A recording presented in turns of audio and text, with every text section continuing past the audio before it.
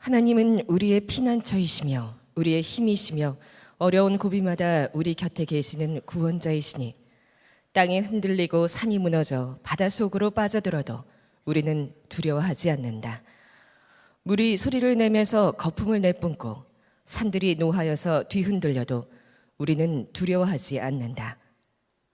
오 강이여, 그대의 줄기들이 하나님의 성을 즐겁게 하며 가장 높으신 분의 거룩한 처소를 즐겁게 하는구나. 하나님이 그 성 안에 계시니 그 성이 흔들리지 않는다. 동틀녘에 하나님이 도와주신다. 민족들이 으르렁거리고 왕국들이 흔들리는데 주님이 한번 호령하시면 땅이 녹는다. 만군의 주님이 우리와 함께 계신다. 야곱의 하나님이 우리의 피난처시다. 땅을 황무지로 만드신 주님의 놀라운 능력을 와서 보아라. 땅끝까지 전쟁을 그치게 하시고 활을 부러뜨리고 창을 꺾고 방패를 불사르신다. 너희는 잠깐 손을 멈추고 내가 하나님인 줄 알아라. 내가 문 나라로부터 높임을 받는다. 내가 이 땅에서 높임을 받는다. 만군의 주님이 우리와 함께 계신다. 야곱의 하나님이 우리의 피난처시다. 오늘 이 시편 46편 말씀은 정말 가슴이 떨리는 감동이 있는 말씀입니다. 저는 이 시편 46편을 읽으면서 가슴이 얼마나 떨리는지 이걸 어떻게 교우들에게 다 설명할 수 있을까 할 정도로 마음에 깊은 감동이 있었습니다. 믿음은 이런 걸 말하는 거구나. 하나님을 믿는다는 것은 바로 이런 걸 말하는 거구나 하는 것을 느꼈습니다. 두려움이 없어진다는 겁니다. 하나님을 믿는다. 그러면 두려움이 없어지는 거예요. 2절, 3절 말씀을 한번 같이 읽겠습니다. 땅이 흔들리고 산이 무너져 바닷속으로 빠져들어도 우리는 두려워하지 않는다. 물이 소리를 내면서 거품을 내뿜고 산들이 노하여서 뒤 흔들려도 우리는 두려워하지 않는다. 우리는 두려워하지 않는다. 왜? 하나님을 믿으니까.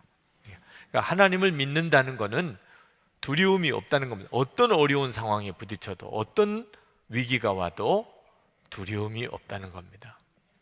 이 시편 46편을 정말 좋아했던 분이 마틴 루터라고 말합니다.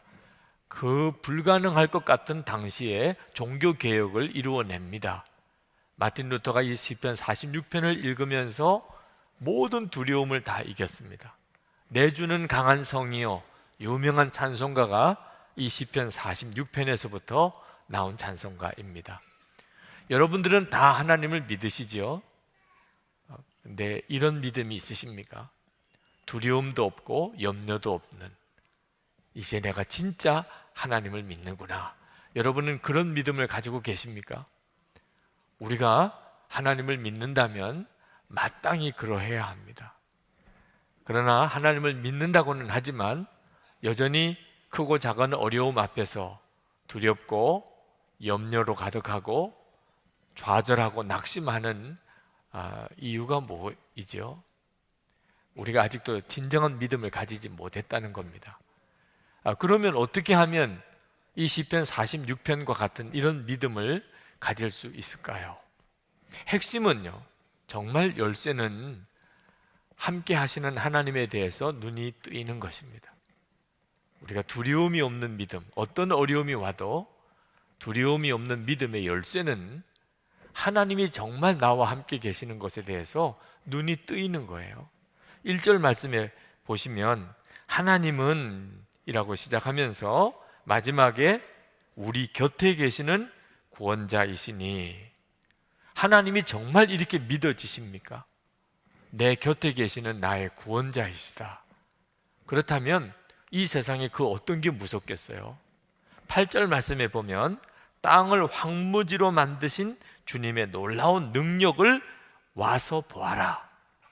여러분, 하나님은 저 하늘 저편에 계신 게 아니고 지금 내 삶 속에서 능력으로 역사하시는 하나님, 그 하나님을 와서 보라는 거예요. 11절에 보면 만군의 주님이 우리와 함께 계신다. 임마누엘이죠. 하나님이 나와 함께 계신다. 이것이 그냥 머리로 아는 지식이 아니고 실제로 내 체험이 된 사람은 두려울 게 아무것도 없다는 겁니다. 저는 아주 성공한 목사의 한 사람으로 그렇게 평가를 받습니다. 선한목자교회 담임 목사이니까 아마 그렇게 평가하시는 모양입니다. 그러나 솔직한 제 심정은 저는 아주 실패한 목사다, 그런 생각을 가지고 있습니다. 이유는 하나입니다. 시편 46편의 시편 기자와 같이 어떤 어려운 문제가 와도 하나님을 믿으니까 두려움이 없는 이런 믿음에 아직 이르지 못했다고 생각이 들기 때문입니다. 그러니 참 엉터리 같은 목사지요. 저는 어릴 때부터 또 목사가 되고 난 다음에 무엇이 정말 중요한지를 몰랐었습니다. 저는 그저 목사가 되었으니까 교회의 부흥성장을 시키면 하나님을 가장 기쁘시게 하는 것인 줄 그렇게 생각했습니다. 그래서 그저 주야로 제 마음의 소원은 어떻게 하면 내가 담임하는 교회를 부흥성장시킬까? 설교를 어떻게 하면 잘할 수 있을까? 어떻게 하면 기도의 능력을 받을 수 있을까? 심지어는 제가 인물이 잘났으면 교회가 더 부흥했을 텐데, 이런 생각도 했었을 참 어리석고 바보 같은 목사였습니다. 그래도 그나마 그렇게 애를 쓰다 보니까 교회는 좀 부흥성장했는지 몰라도 이 시편 46편에서 말하는 이런 믿음을 갖지를 못했습니다.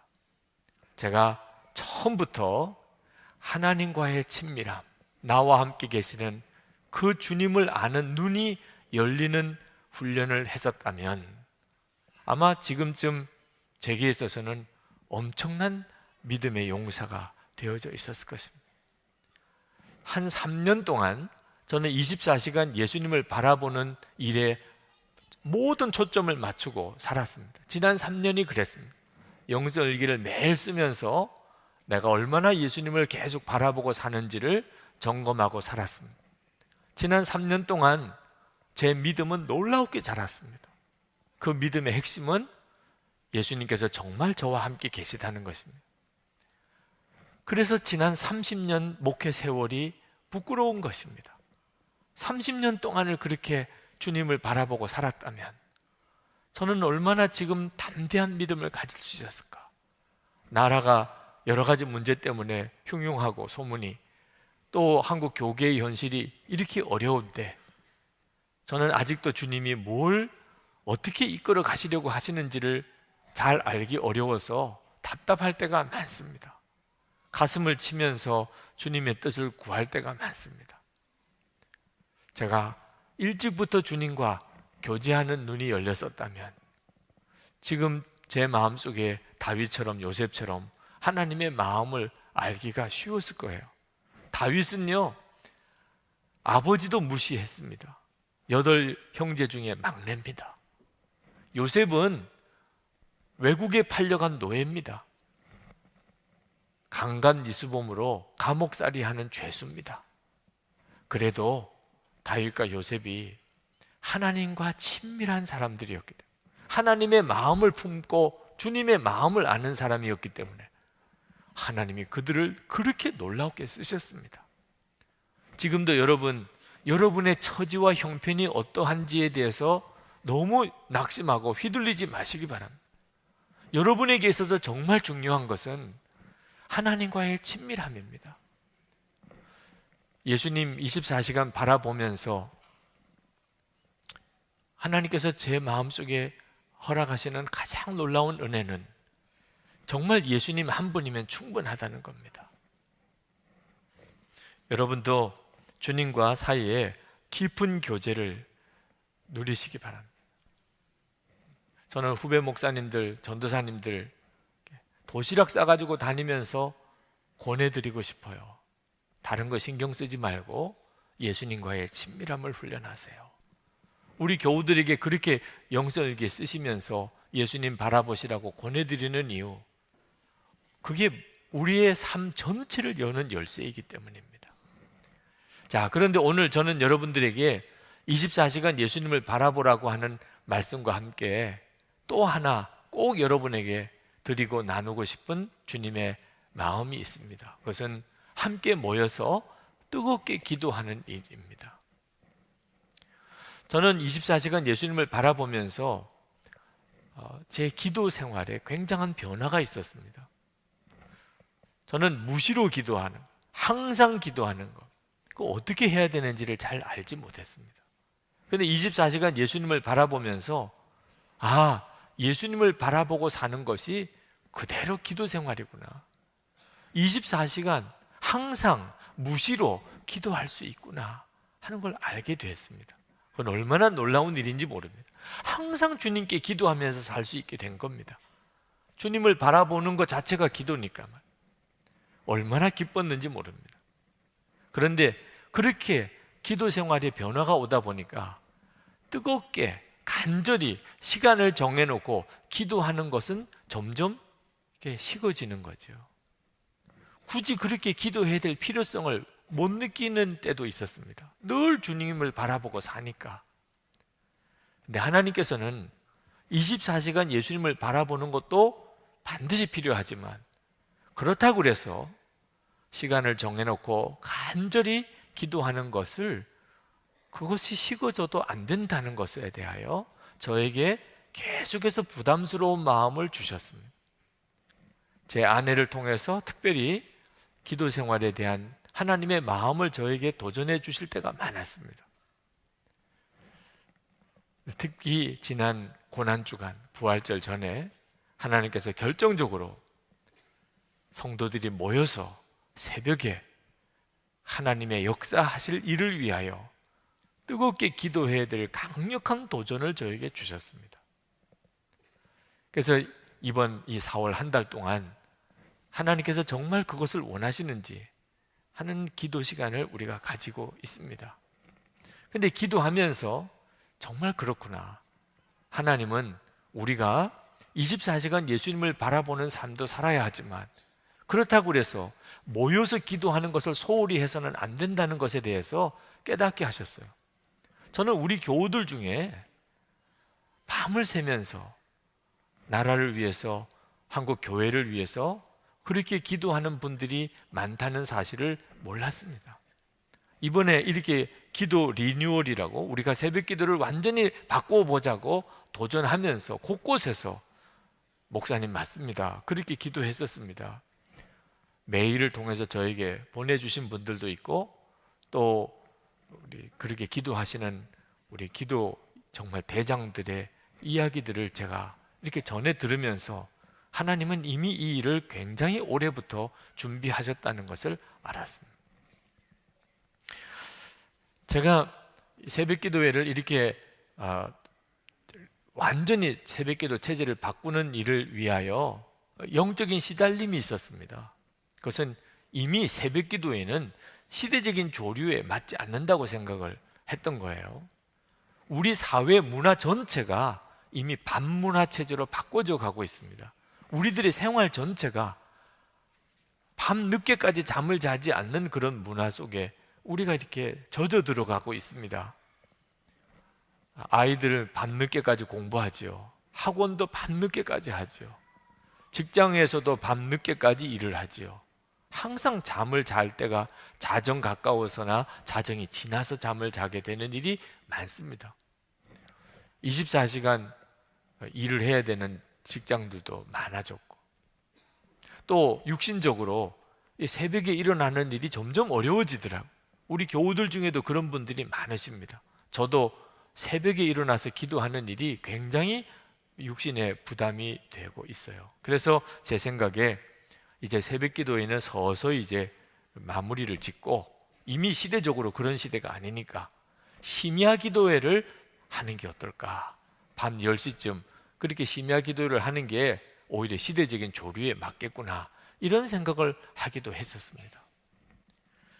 그런데 하나님께서 새벽 기도회를 말씀하시니 이게 정말 하나님이 말씀하시는 게 맞는 건가 하는 생각을 하게 되지요. 어느 목사님께서 미국에서 목회를 하시다가 새벽 기도를 해야 되겠다 그런 마음이 드셔서 미국인 교회를 빌려서 쓰고 있었는데 그 미국인 교회 담임 목사님을 찾아갔었다 그래요. 그래서 우리가 새벽 기도회를 하려고 하니 교회에 사용하는 걸 허락해 주십시오. 그랬더니 그 미국 목사님이 깜짝 놀라면서 아니 새벽 5시에 모이겠다는 것입니까? 하고 묻더래요. 그렇습니다. 새벽 5시에 우리가 기도회를 하려고 합니다. 아니 그럼 목사님이 새벽 5시에 설교를 하시겠다는 겁니까? 예, 제가 새벽 5시에 나와서 인도하려고 합니다. 아니 그걸 매일 하겠다는 겁니까? 네, 그거 저희가 매일 그렇게 하려고 합니다. 그랬더니 그 목사님이 죽으려고 하십니까? 그러시더래요. 그 목사님 생각에는 매일 새벽 기도에 5시에 목사가 나와서 설교까지 해야 되는 일은 이 목사에게는 그건 죽는 걸 의미한다고 느껴지더라는 거죠. 그래도 새벽 기도회를 하시겠다고 하니까 그 목사님께서 하시는 이야기가 새벽 5시에는 하나님도 주무십니다. 그러시더래요. 지금 우리가 정말 그런 심정일 시대에 우리가 살고 있습니다. 아니 새벽 5시에 하나님께 나와서 기도를 해야 되나? 근데 그 목사님의 이야기를 들으면서 제 마음에 새벽 5시가 중요하구나 하나님께. 여러분 우리 사회의 어떤 문화에도 새벽 5시에 우리를 불러내는 데는 없습니다. 아무리 직장 생활이 바빠도 새벽 5시에 나와서 일하라고 하는 데는 없습니다. 학교도 학원도 새벽 5시에 나오라는 데는 없습니다. 아무리 애인도 말입니다. 새벽 5시에 데이트하자고 하지는 않습니다. 새벽 5시에는 아무도 건드리는 사람도 없습니다. 그러니 하나님만이 우리에게 새벽 5시를 요구할 자격이 있으신 분이죠. 그분은 우리의 하나님이시니까. 하나님만이 요구할 수 있는 시간입니다. 10시, 밤 10시 직장에서 나오라 할 수 있습니다. 밤 10시 학원에서 오라고 할 수 있습니다. 밤 10시에 애인이 데이트하자고 할 수도 있습니다. 근데 새벽 5시는 어느 누구도 건드릴 수 없는 시간이잖아요. 여러분 오늘 본문 말씀은 아주 유명한 말씀인데 5절에 보면 동틀녘에 하나님이 도와주신다 라는 말씀을 하고 계십니다. 이 시편 기자가 너무너무 어려운 형편에 처해져 있을 때 밤새도록 기도를 했다는 겁니다. 그런데 하나님이 동틀녘에 새벽에 도와주시더라는 겁니다. 자, 이 말씀을 문자적으로 그대로만 보면 새벽 기도에 하나님이 응답하신다, 새벽 기도할 때 역사하신다, 그런 뜻입니다. 개역 성경으로 읽으면 유명한 구절이죠. 새벽에 하나님께서 도우시리로다 하는 말씀입니다. 지금 새벽 기도 리뉴얼을 하고 있죠. 지금 있는 이 상황과 이 본문이 어쩌면 이렇게 딱 맞죠? 마치 짜맞춘 것처럼 하잖아요. 여러분들 중에는 아마 새벽 기도 때문에 제가 일부러 이 본문을 택해서 오늘 설교하는 거라고 생각하실 분도 있습니다. 근데 이 시편 46편은 그냥 순서대로 읽어온 거예요. 제가 이 시편 46편 설교 준비하면서 얼마나 제가 마음의 충격과 도전을 받았는가 여러분 상상하실 수 있겠습니까? 하나님이 이 일을 하고 계시구나. 새벽에 모여서 기도하라고. 하나님이 역사하시는 것이구나. 그렇게 마음이 깨달아지는 것입니다. 여러분 이 새벽이 하나님이 역사하시는 대단히 중요한 시간입니다. 성경을 읽어보면 이스라엘 백성들이 출애굽할 때 그때 불기둥과 구름기둥으로 이스라엘 백성을 인도했는데 이 구름기둥과 불기둥이 언제 움직이기 시작했냐면 새벽입니다. 새벽. 그래서 항상 구름기둥과 불기둥을 새벽에 바라보는 사람이어야 구름기둥과 불기둥에 따라서 반응하고 움직일 수 있었던 거예요.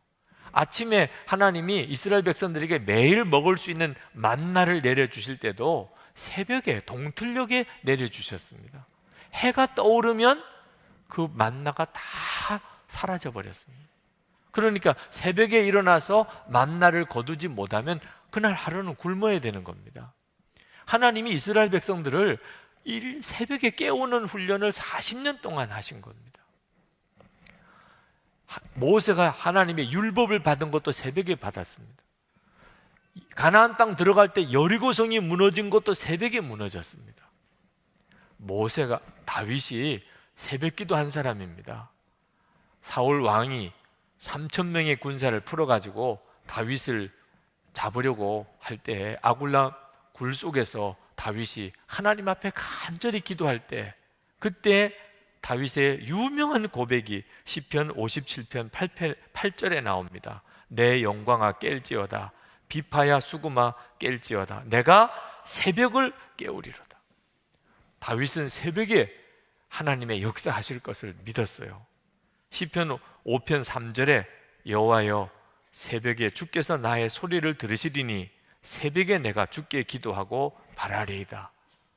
다윗의 그 믿음이 새벽에 기도하는 기도에서 나왔던 겁니다. 히스기야 왕, 유명한 왕이죠. 그가 한 번은 아수르의 사네립 왕의 침공을 받았습니다. 그때 당시에 아수르는 세계 최강 국가입니다.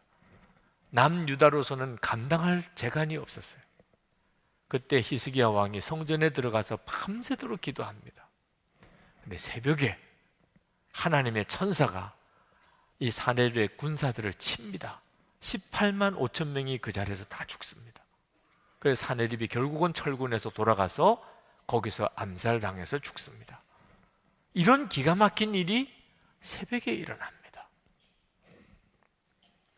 예수님 새벽에 기도하셨습니다. 예수님의 부활의 첫 증인이 새벽에 예수님의 부활을 깨달아 알았습니다.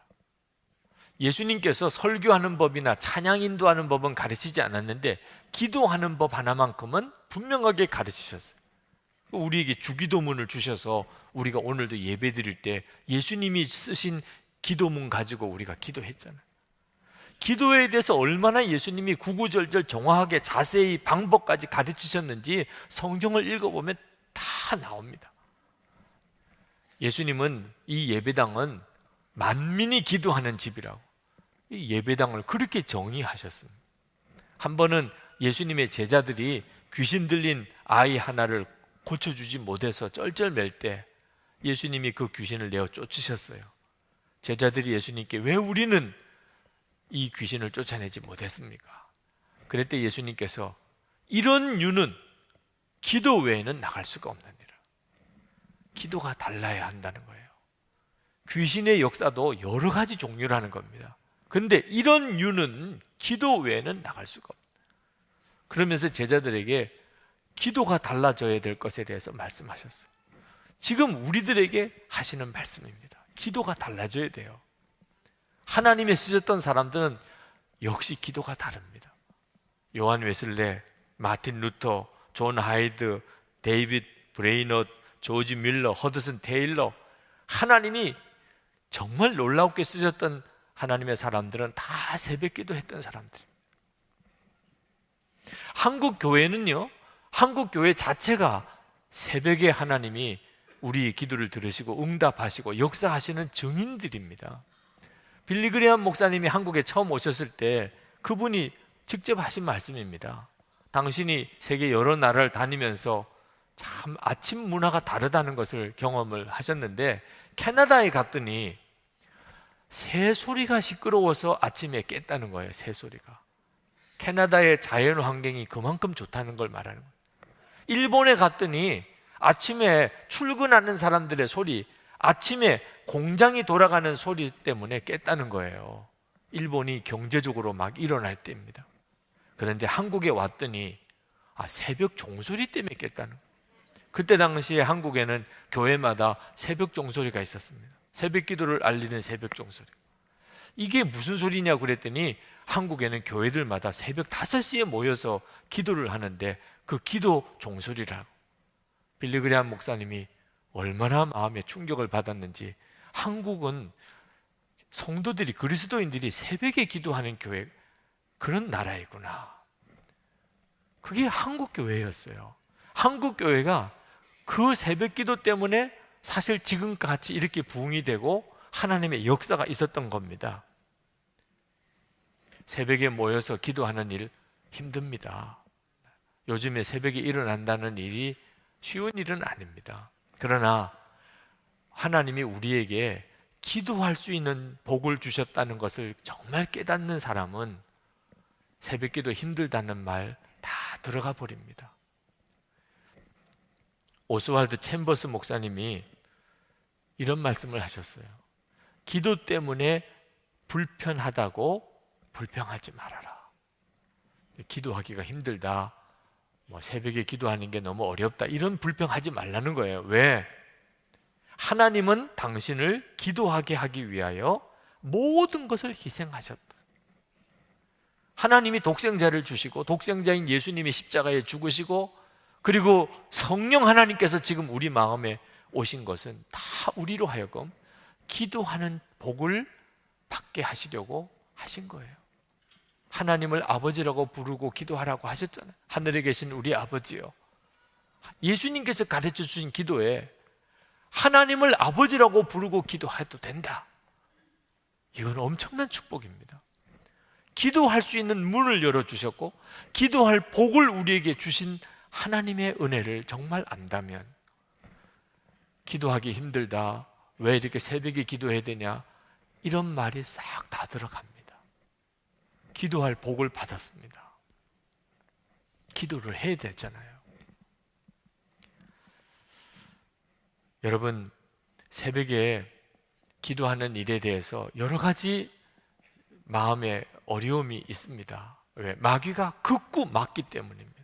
이번에 새벽기도회 리뉴얼을 하려고 이 한 달 동안 기도하면서 얼마나 마귀가 저에게 강하게 저를 낙심을 시키고 좌절시키려고 하는지 극심한 시험을, 영적 싸움을 싸웠습니다.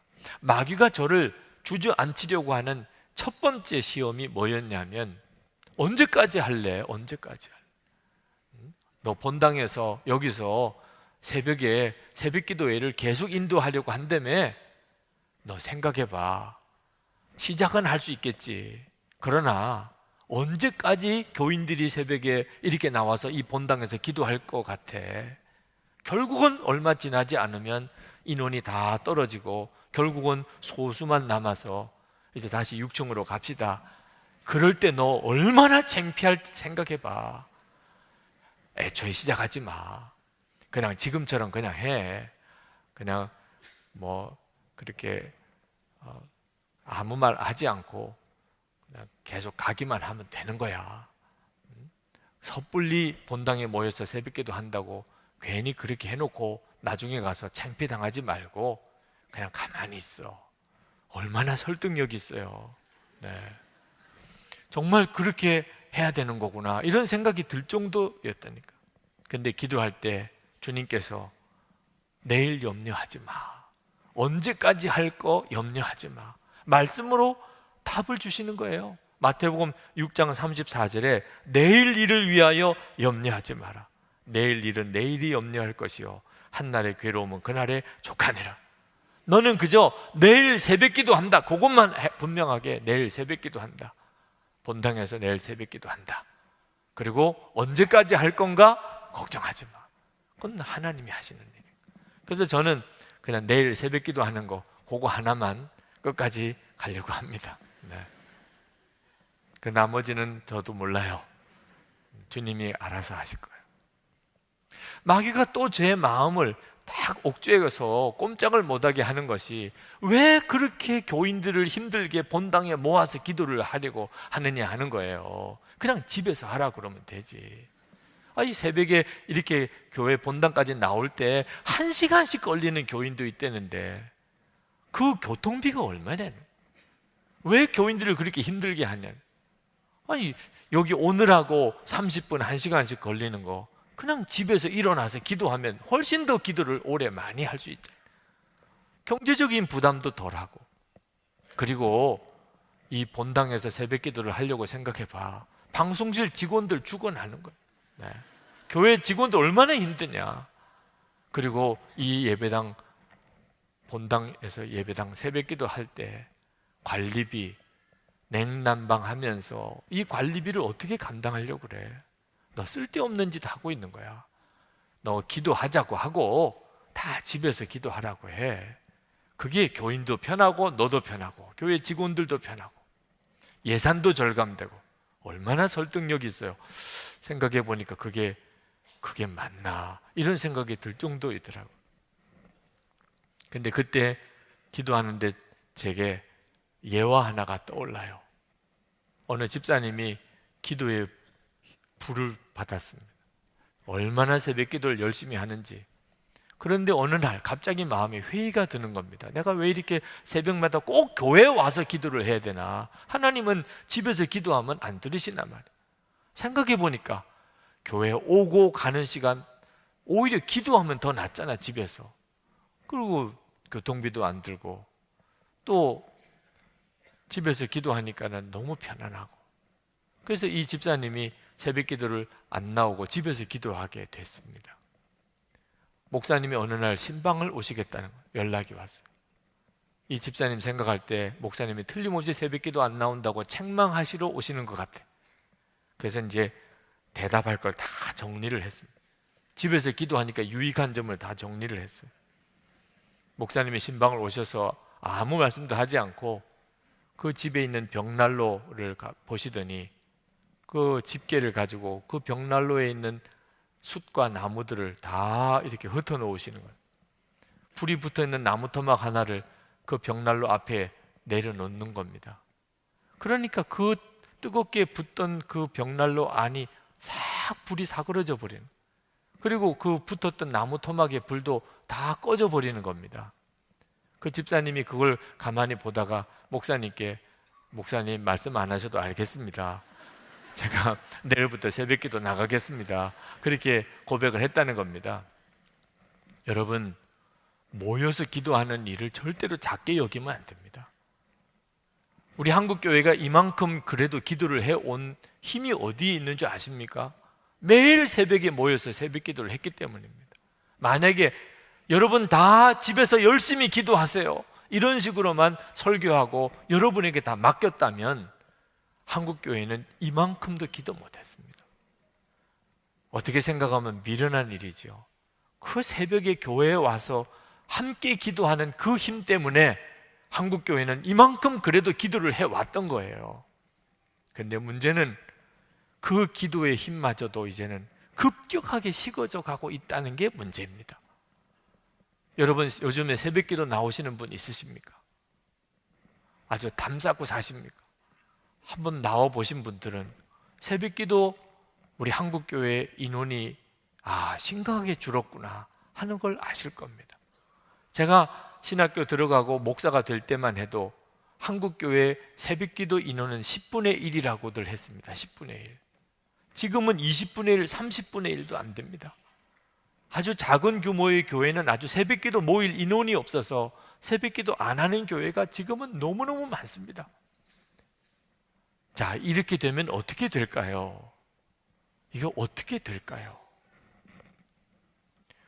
최근에 영국 교회에서 저희 교회에 제안이 하나 왔는데, 영국에 있는 큰 예배당 하나를 아주 우리 교회에다가 줄 테니 선교센터 겸 해서 운영 관리를 좀 맡아보지 않겠느냐. 아주 영국 교회에서 교회 하나를 통째로 주겠다는 거예요. 교인이 없으니까 팔아야 되는데 팔지 않고 한국 교회가 사용하겠다면 주겠다고 그렇게 제안이 왔어요. 도대체 영국 교회에 무슨 일이 벌어지고 있는 거죠? 여러분에게 영상을 좀 보여드리고 싶습니다.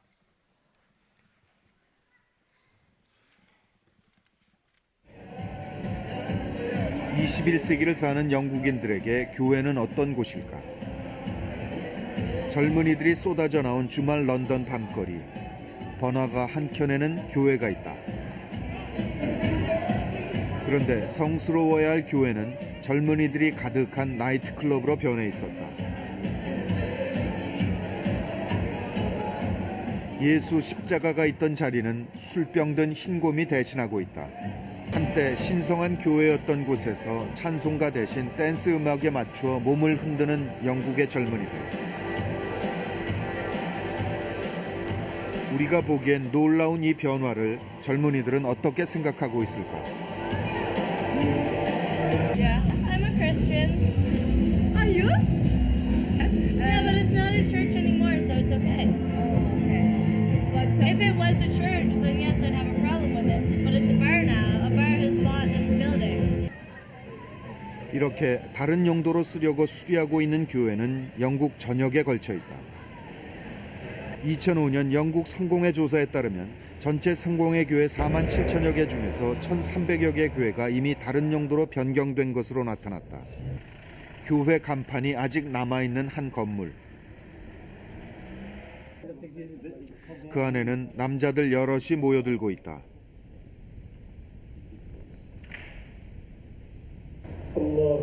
그런데 그들이 올리는 기도는 이슬람교의 하나님 알라를 향한 것이다. 교회가 이슬람 사원으로 바뀐 것이다. We was desperately looking for a place where we can pray. So eventually we managed to contact with this church people, and we find this place been closed for a long time. 기독교를 거부하는 원주민들을 감옥에 가두고 고문할 정도로 영국인들의 신앙심은 확고했었다. 그렇게 강한 믿음을 가졌던 사람들이 이제 신을 저버리고 있는 것이다. 샤머니즘은 영국의 젊은이들에게 매력적인 대안이 되고 있다. 그것은 바누아투 타나섬 사람들이 춤을 추는 이유와 같은 것이었다. 미신이라며 금지했던 토속 신앙에 이제는 그들이 심취해 있는 것이다.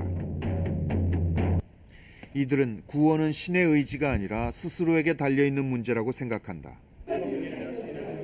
영국인들에게 불교 또한 기존의 종교를 대신하는 대안으로 떠오르고 있다. 불교 센터에 모인 사람들은 티벳에서 온 승려의 일거수일투족을 매우 엄숙하고 진지하게 바라보고 있었고 설법에 귀를 기울였다. 21세기 대부분의 영국인들은 더 이상 종교에 매달리지 않는다. 다만 물건을 쇼핑하듯 필요에 따라 원하는 종교를 선택할 뿐이다. 평범한 주택가에 있는 교회. 주일 예배에 나온 이들은 모두 나이 든 사람들 뿐이다. 그들은 평생 습관처럼 교회에 다녔고 그것으로 한 주일 동안 평안을 얻었다. 그런 이들에게는 요즘 세태가 그저 안타까울 뿐이다. 이 교회는 목사도 나이가 들었다. 존 목사는 어른들만 남은 현실에 대해 어떻게 생각할까? It's a very difficult question to answer. I have spent 40 years in ministry trying to answer that question and have failed. So it is the biggest question you could ask me. 여러분, 우리 한국 교회가 만약에 저런 모습으로 바뀐다면 이건 끔찍한 일이죠. 우리가 우리의 자녀들을 생각해야 합니다. 저 영국인 목사님은 모르겠다고 그랬어요. 왜 영국 교회가 이렇게 됐는지 도무지 모르겠다. 그런데 기도의 힘이 다 식어버렸기 때문에 정말 하나님이 우리와 함께 계시다고 하는 것에 대한 진정한 믿음이, 체험이 없으면 저렇게 돼버리고 맙니다. 24시간 예수님을 분명히 바라보시라. 네? 그리고 모여서 뜨겁게 기도하라. 여러분, 이거 소홀히 생각하면 우리가 꼭 저 꼴이 되고 마는 것입니다. 영상에서 보셨다시피 영적인 갈망은요, 여전히 영국 사람들에게 있습니다. 진정한 하나님에 대한 갈망이 있다니까. 기도하는 사람들이 있잖아요. 회교도들은 오히려 기도 처소를 위해서 예배당을 오히려 구입해서 자기들 기도 처소로 삼고 있고, 샤머니즘을 오히려 숭배하는 그런 어처구니 없는 일까지도 벌어지잖아요. 살아계신 하나님에 대한 믿음이 분명치 못하면 사회는 급격히 그렇게 바뀝니다. 여러분, 우리가 기독교인들이 세 부류라고 생각하는 착각이 있습니다. 성령 충만한 기독교인이 있고, 평범한 기독교인이 있고, 그리고 아주 타락한 기독교인이 있다. 그렇지 않습니다. 완전히 마귀에게 속는 겁니다. 그러니까 여러분이 안심하고 숨을 자리가 있는 거예요. 왜? 평범한 기독교인, 나는 평범한 기독교. 성령 충만하지는 않지만 나는 평범한 기독교. 타락한 기독교인은 아니야. 그러나 성경은 두 부류밖에 없다고 말합니다. 그리스도인들은 두 부류밖에 없어요. 사람은 전체가 두 부류밖에 없습니다. 구원받은 사람과 구원 못 받은 사람, 천국에 가는 사람과 지옥에 갈 사람, 성령 충만한 사람과 성령 충만하지 않은 그리스도인 두 부류밖에 없습니다. 만약에 여러분이 성령 충만하지 않다면, 자신 있게 나는 성령 충만하다고 말할 수 없다면, 그러면 여러분은 어느 부류에 있는 거죠? 심각한 거죠. 이번에 하나님께서 우리를 아주 강권하시는 것에 대하여 여러분이 반응하셔야 합니다. 여러분도 사는 길이고, 그리고 우리의 자녀들에게 충만한 교회를 물려주는 것, 그들의 신앙을 지킬 수 있는 환경을 물려주는 것입니다. 부목사님들하고 이 새벽기도 리뉴얼을 위해서 설교 준비에 대한 모임을 그동안 몇 번 가졌습니다. 우리가 어떻게 설교를 준비해서 교우들이 새벽에 나올 때 은혜로운 설교를 할 수 있을까? 그런데 어떤 계기에 하나님께서 저에게 너는 왜 그렇게 쓸데없는 짓을 하느냐? 왜 너는 새벽에 설교를 그렇게 오래 하려고 하느냐? 새벽에는 기도를 하라는 거예요. 하나님이 원하시는 것은 기도를 하라는 거예요. 기도를. 집에서 기도하기 힘드니까 새벽 기도를 나오는 거예요. 일터에서 기도하기 어려운 여건이니까 굳이 새벽 기도회를 교회로 나오는 거 아니냐? 산기도를 가고 싶어도 여건이 어렵고 기도원에 갈 만한 형편이 안 되니까 새벽마다 새벽에 기도회, 새벽 기도에 나오는 거 아니냐? 그런데 왜 목사는 설교할 시간을 길게 잡아서 기도할 시간을 제대로 주지를 못하느냐? 주님은 그렇게 기도를 원하시더라고요. 성도 여러분, 새벽에 은혜 받으려고 나오지 말고 기도하려고 나옵시다. 기도가 불이 붙어야 됩니다. 그러면 하나님이 필요한 은혜를 주세요. 오늘 이 시간에 말씀 기도를 하려고 합니다. 우리가 새벽마다 5분 설교를 하자고 목사님들과 도전했어요. 우리 5분만 설교합시다. 그리고 말씀 붙잡고 기도하는 시간을 가집시다. 오늘도 오늘 본문의 말씀 중에 8절, 10절 말씀을 붙잡고 기도하고 싶습니다. 10절. 너희는 잠깐 손을 멈추고 내가 하나님인 줄 알아라. 그동안에 얼마나 바쁘게들 사셨습니까? 고민도 하고 염려도 하고 열심히 여러분 살아왔지만 주님은 말씀합니다. 이제 잠깐 손을 내려놔. 그리고 내가 하나님인 것을 좀 알아라. 주여, 이 시간에 그리하겠습니다. 하나님, 제가 근심하던 거 내려놓고 몸부림치던 것도 내려놓고 이 시간에 저에게는 하나님이 함께 계심을 아는 것이 중요하다는 것을 주님, 제가 인정합니다. 제 눈을 열어서 하나님이 하나님이신 것을 보게 해주소서. 하나님이 저와 함께 하심을 보게 하소서. 하나님 바라보는 눈을 주여 열어주소서. 그리고 제 인생을 주님 이끌어 주시옵소서. 통성으로 우리 기도하겠습니다.